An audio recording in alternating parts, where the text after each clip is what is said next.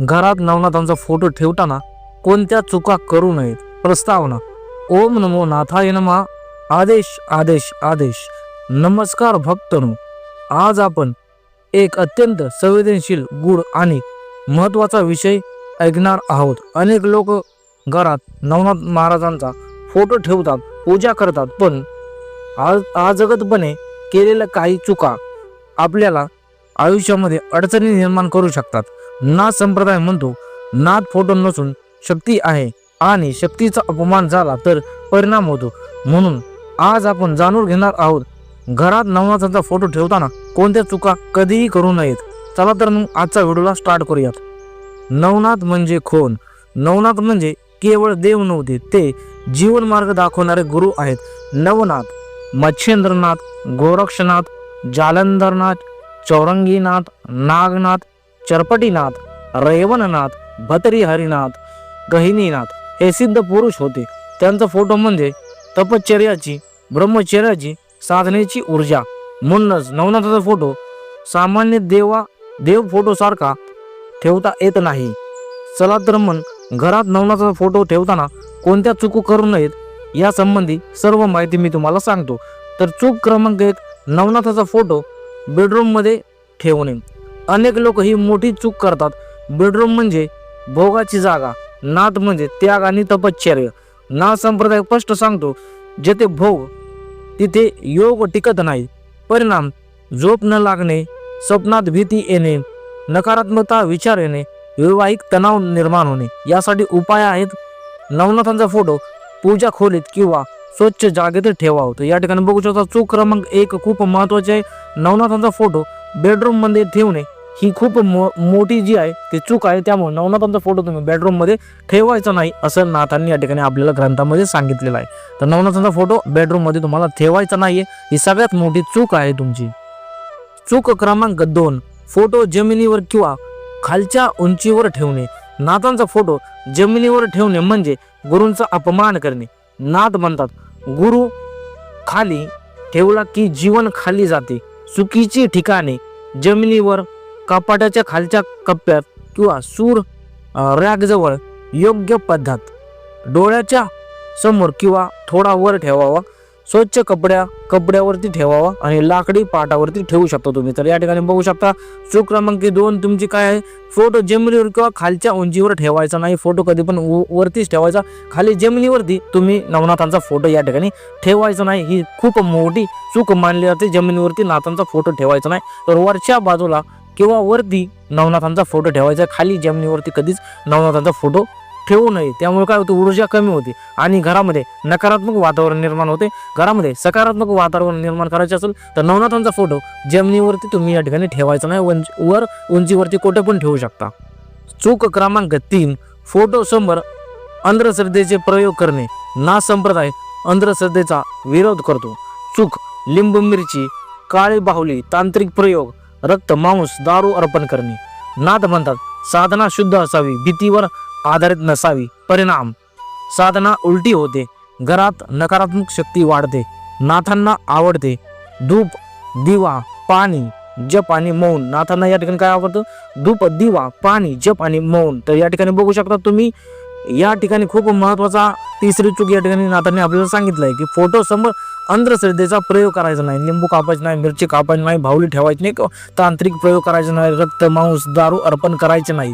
तर फोटो समोर या सर्व अंधश्रद्धा त्या ठिकाणी करायच्या नाहीत असं नाथांनी या ठिकाणी आपल्याला सांगितले. चूक क्रमांक 3 खूप मोठी आहे. फोटो समोर या ठिकाणी अंधश्रद्धा करायची नाही, त्याचा प्रयोग करायचा नाहीये, ही खूप मोठी चूक आहे.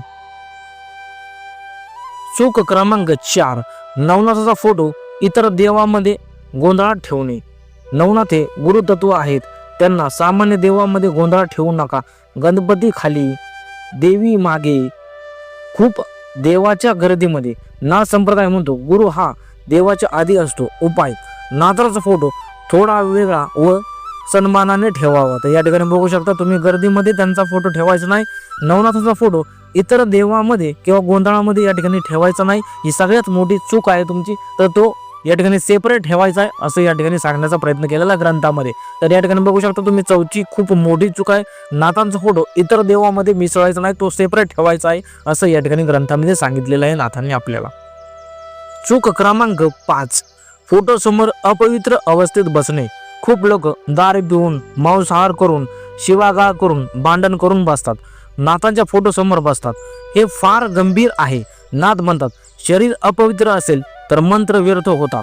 नियम: फोटो समोर बसताना मन शांत असावे. बघा खूप महत्वाचं आहे. शक्यतो शुद्ध कपडेच परिधान करावे, किमान हातपाय धुतलेले असावे. तर या ठिकाणी बघू शकता तुम्ही कुठे कुठे बसू शकता. चूक क्रमांक 5 ही खूप महत्वाची आहे. फोटो समोर अपवित्र व्यवस्थेमध्ये बसायचं नाही, दारू पिऊन बसायचं नाही, मांसाहार करून बसायचं नाही, शिवीगाळ करून सुद्धा या ठिकाणी बसायचं नाही, भांडण करून सुद्धा या ठिकाणी बसायचं नाही. ही खूप महत्वाचं आहे. या ठिकाणी बघा तुमचं मन पवित्र पाहिजे, तुमची आत्मा शुद्ध पाहिजे, तरच नाथांचं जप आणि नामस्मरण तुम्ही या ठिकाणी करू शकता. आणि फोटो समोर बसताना अपवित्र व्यवस्थेमध्ये तुम्हाला बसायचं नाही. ही खूप महत्वाची चूक आहे. 5 नंबरची चूक खूप महत्वाची आहे. ही चूक तुम्ही या ठिकाणी करायची नाही. चूक क्रमांक 6, फोटो धूळ कोळी जागेत ठेवणे. नाथाचा फोटो म्हणजे जिवंत ऊर्जा. धूळ कोळी, फाटलेला फोटो, तुटलेले फ्लेम याचा अर्थ आपण गुरुकडे दुर्लक्ष करत आहोत. परिणाम: साधनेत अडथळे निर्माण होतात, घरामध्ये उदासीनता येते. उपाय: आठवड्यातून एकदा स्वच्छता. जुनाट फोटो बदला. या ठिकाणी बघू शकता तुम्ही जुना फोटो कधी पण वापरायचा नाही, ज्यामध्ये त्या फोटो सगळं तुटलेला असेल किंवा कोण वगैरे या ठिकाणी तुटलेला असेल तर असा फोटो या ठिकाणी वापरायचा नाही, तो नदीमध्ये सोडून द्यायचा आणि नवीन फोटो त्या ठिकाणी आणायचा आहे. खूप जुना झालेला फोटो तुम्ही या ठिकाणी वापरायचा नाही नाथांचा, त्यामुळे ऊर्जा कमी होते आणि घरामध्ये सकारात्मक वातावरण निर्माण होत नाही. तर तो फोटो काय करायचा, नदीमध्ये सोडून द्यायचा आणि त्याची पूजा करायची आणि नवीन फोटो त्या ठिकाणी नवनाथांचा घेऊन यायचा आहे. तर चूक क्रमांक 6 खूप इम्पॉर्टंट आहे. बघू शकता तुम्ही नवनाथांचा फाटलेला तुटलेला फोटो घरामध्ये ठेवायचा नाही. चूक क्रमांक 7, नवनाथांचा फोटो फक्त गरजेसाठी आठवणे. अनेक लोक म्हणतात काम झाले की नाथ विसरले. नाथ म्हणतात मी संकटात आठवायला नाही, मी जीवनात चालायला आहे. काय करावे? रोज 1 मिनिट नमस्कार करावा.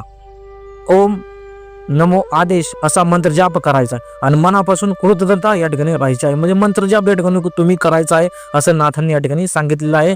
तर ही चूक नंबर किती?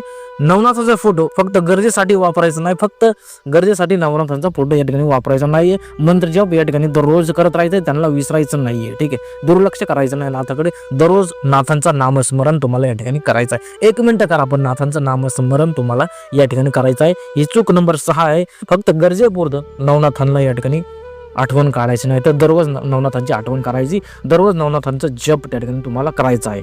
नवनाथांचा फोटो ठेवण्याची योग्य पद्धत: जागा उत्तर किंवा पूर्व दिशेला तुम्ही या ठिकाणी नवनाथांचा फोटो ठेवू शकता. उत्तर किंवा पूर्व दिशा ही अति उत्तम आहे फोटो ठेवण्यासाठी. स्वच्छ शांत कोपऱ्यामध्ये नवनाथांचा फोटो या ठिकाणी ठेवायचा आहे. समोर दिवा, धूप किंवा पाणी ठेवायचे आहे. शब्द आदेश किंवा ओम नमो नाथाय नमः असा या ठिकाणी उच्चारण करायचा आहे. भाव काय पाहिजे?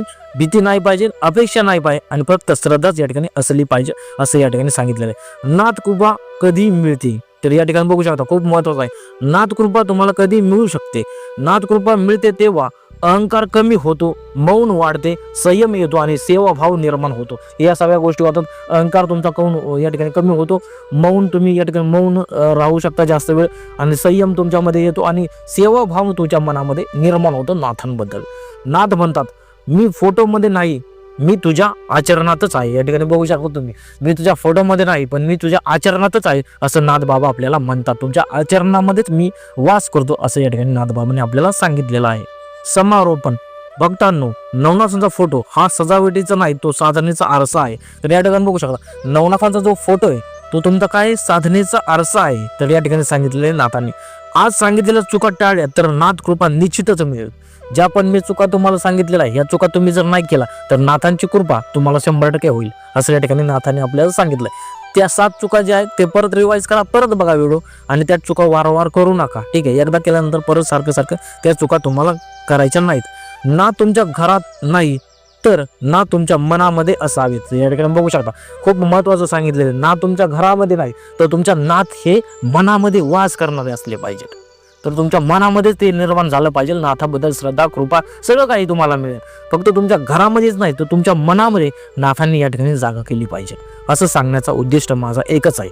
तर या ठिकाणी बघू शकता, ओम चैतन्य नवनाथाय नमः, ओम चैतन्य मच्छिंद्रनाथाय नमः, ओम चैतन्य श्री जलेंद्रनाथाय नमः, ओम चैतन्य गहिनीनाथाय नमः. अशा प्रकारे तुम्ही कमेंटमध्ये मला अशा प्रकारे जप या ठिकाणी पाठवू शकता. आणि व्हिडिओ कसा वाटला मला नक्की कळवा. आणि जाताना तुम्हाला एवढं सांगेल, नाथाबद्दलची जेवढी तुम्ही श्रद्धा मनामध्ये ठेवतात, जेवढी भक्ती ठेवतात, तेवढं तुमचं या ठिकाणी संकट दूर होईल. तुमच्या सर्व अडचणी नाथबाबा या ठिकाणी दूर लावतील.